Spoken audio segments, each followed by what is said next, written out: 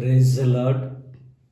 అతి శ్రేష్టమైన యేసు క్రీస్తు నామములో మీ అందరికీ ఉదయకాలపు శుభాలు తెలియజేయుచున్నాను.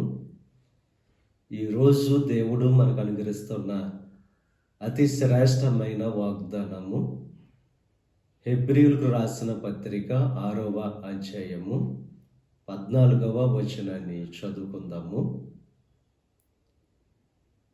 నేను నిన్ను ఆశీర్వదింతును, నిశ్చయముగా నిన్ను విస్తరింపజేతును. ఈరోజు దేవుడు అతి శ్రేష్టమైన వాగ్దానం మన జీవితంలో అనుగ్రహిస్తున్నారు. దేవుడు మిమ్మల్ని ఆశీర్వదిస్తానంటున్నాడు, నిశ్చయముగా మిమ్మల్ని విస్తరింపజేస్తానని చెప్పి వాగ్దానం చేస్తున్నారు. దేవుని యొక్క ఆశీర్వాదం ఐశ్వర్యాన్ని ఇస్తుంది. దేవుని యొక్క ఆశీర్వాదం అభివృద్ధిని కలుగు చేస్తుంది. దేవుని ఆశీర్వాదం మన జీవితాన్ని ఫలభరితమైన జీవితంగా చేస్తుంది.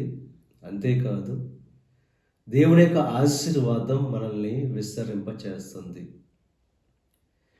అబ్రహాము దేవుని యొక్క మాటకు లోబడి విధేయత చూపి దేవుని మాట మీద విశ్వాసం ఉంచాడు. దేవుడు అబ్రహామును ఆశీర్వదించాడు, విస్తరింపచేశాడు. మీ జీవితాల్లో కూడా ఎప్పుడైతే దేవుని మాటకు లోబడి విధేయత చూపి ఆయనను అనుసరించేవారుగా ఉంటారో దేవుని యొక్క ఆశీర్వాదాన్ని పొందుకుంటారు.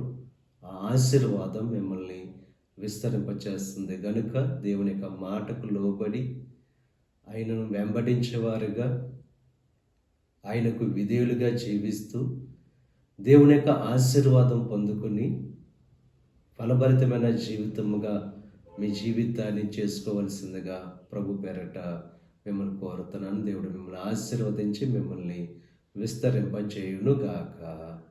ఆమేన్. ప్రార్థన చేసుకుందాం. పరిశుద్ధుడా, మహోన్నతుడా, కృప కలిగిన దేవ, ఈ ఉదయకాల సమయంలో అనుగ్రహించిన అతి శ్రేష్టమైన వాగ్దానాన్ని బట్టి నీకు స్తుతులు చెల్లిస్తున్నాం దేవా. ఇక వాగ్దానం ప్రతి ఒక్కరి జీవితంలో నెరవేర్చండి, వారిని ఆశీర్వదించండి, విస్తరింపచేయండి.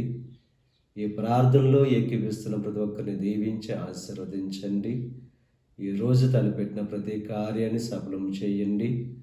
వారి రాకపోకల్లో నీకు సహాయం అనుగ్రహించండి. ఈ దిన ఆశీర్వాదాలు ప్రతి ఒక్కరి మీద మెండుగా కుమ్మరింపచేసి నీ దీవులతో నింపి నడిపించమని యేసుక్రీస్తు నామం పేరట వేడుకొనుచున్నాం తండ్రి. ఆమేన్.